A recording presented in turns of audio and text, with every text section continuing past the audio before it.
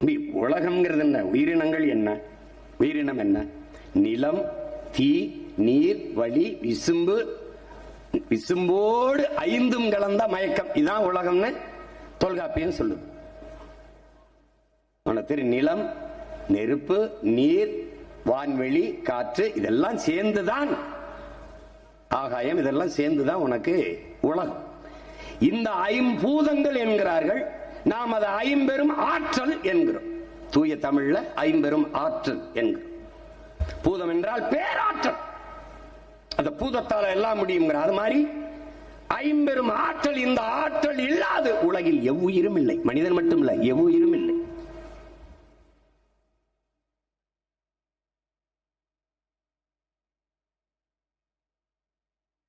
அதிலே அந்த விசும்பு, அந்த காற்றை தருவது மரங்களை தவிர வேறொன்றும் இல்லை. வெறுமனே வீசுகிற நச்சு காற்றை மூச்சு காற்றாக மாற்றி தரக்கூடிய மகத்தான படியை இந்த மரங்கள் தான் செய்யுது. நன்கு நாம விளங்கணும். இப்ப புவி வெப்பமாகுது, புவி வெப்பமாகுது அப்படின்னு அது சட்டுன்னு புவி வெப்பமாகுதுன்னு ஒரு வார்த்தையில பிடிச்சிடறான். அது காரணம் என்ன? காரணம் என்ன அதை பார்க்கணும்ல. அதுக்கு என்ன காரணம்? அதுக்கு காரணம் இங்கே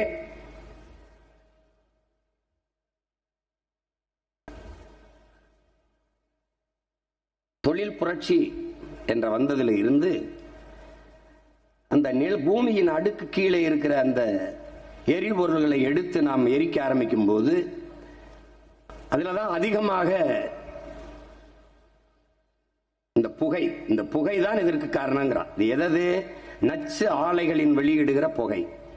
இன்னைக்கு ஸ்டெர்லைட்டு, இந்த இங்கே எண்ணூர்ல இருக்கிற ஆலைகள், இந்த மாதிரி இந்த நச்சு ஆலைகளினுடைய புகை, அதோட இந்த கார்கள் வெளியிடுகிற பெட்ரோல் டீசல் புகை, இது எல்லாம் இங்க இருந்து போற தூசி, இந்த மின் உற்பத்தி இங்க இருக்குல்ல, இப்ப இந்த அணு உலை, இந்த மாதிரி இவையில் இருந்து போற நச்சு புகைகள், இதெல்லாம் சேர்ந்துதான், இதெல்லாம் சேர்ந்து என்ன ஆயிருது? புவியை வெப்பமாக்குதுங்கிறான். நீங்க நல்லா கவனிச்சுக்கணும். 450 கோடி ஆண்டுகள் ஆயிடுச்சு இந்த பூமி உருவாகி. சூரியனுக்கு நமக்கும் 15 கோடி கிலோமீட்டர் இருக்கு. எவ்வளவு? 15 கோடி கிலோமீட்டர்ல நம்ம இருக்கோம். 15 கோடி கிலோமீட்டர்ல இருக்கிற நாமே இந்த மரத்துக்கு இருக்கும் போதே வெப்பமா இருக்கு. அப்ப வெளியில வேணா எப்படி இருக்குது?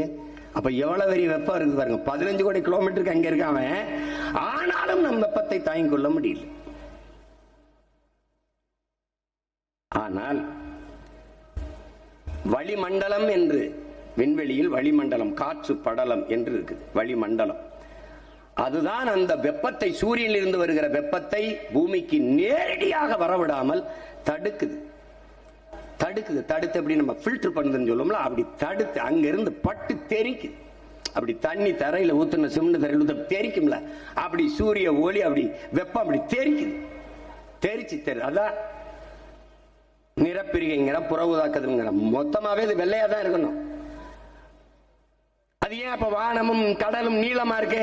நிறப்பிரிகையில் நீல நிறம் அதிகமா இருக்கு. இந்த வானவெல்ல எல்லா வண்ணமும் தெரியும், வெள்ளை தெரியாது. அப்ப புற ஊதா கதிர்கள் சிதறதுனால வானம் முழுக்க நீளமா தெரியுது. பெரும்பரப்புல இருக்கிற கடல் நீங்க கவனிச்சுக்கணும். இந்த பூமி பந்தில் இந்த இதுல 70 விழுக்காடு நீர் தான், 30 விழுக்காடு தான் நிலப்பரப்பு. அந்த நிலப்பரப்பில் 1/3 பங்கு காடு இருக்கணும்.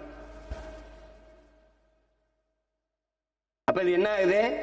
அங்க இருந்து நேரடியாக வெப்பம் பூமிக்கு வராமல் தடுக்கிற வேலையை வளிமண்டலம் என்ற காற்று படலம் செய்கிறது.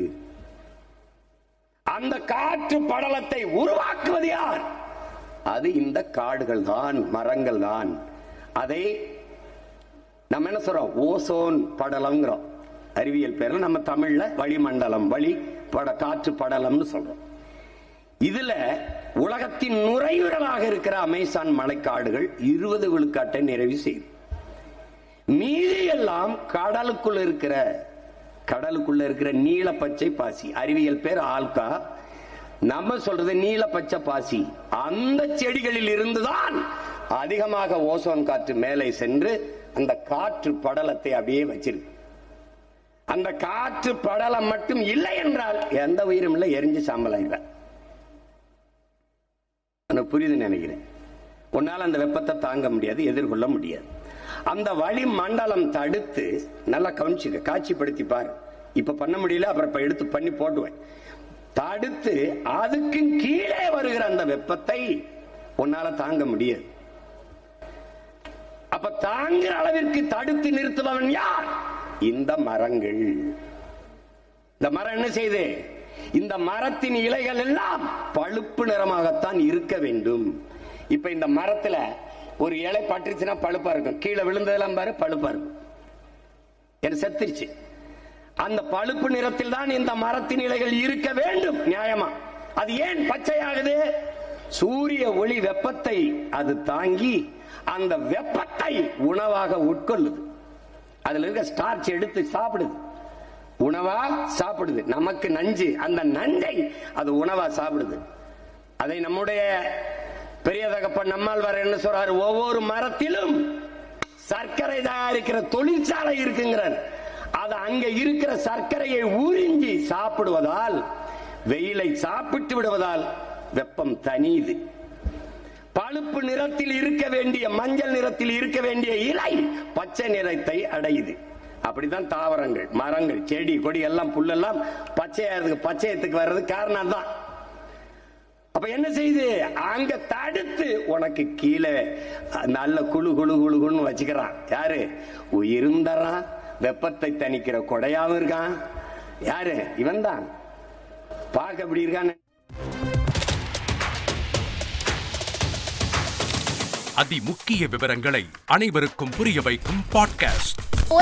தவிர்க்க முடியாத முதல் மக்கள் வளைகுடா நாடுகள் பிரான்சிஸுக்கு பிரியா சம்பவங்களை தேடி களத்திற்கே உங்களை அழைத்து செல்லும் ஸ்பாட்லைட். அங்க இருக்கக்கூடிய கள விவரங்கள் என்ன? அமலாக்கத்துறை கடந்த 5 வருஷமாவே சார் எனக்கு ரொம்ப பிடிக்கும் அவர் வர்றதுக்காக. எங்களுடைய நியாயமான கோரிக்கை.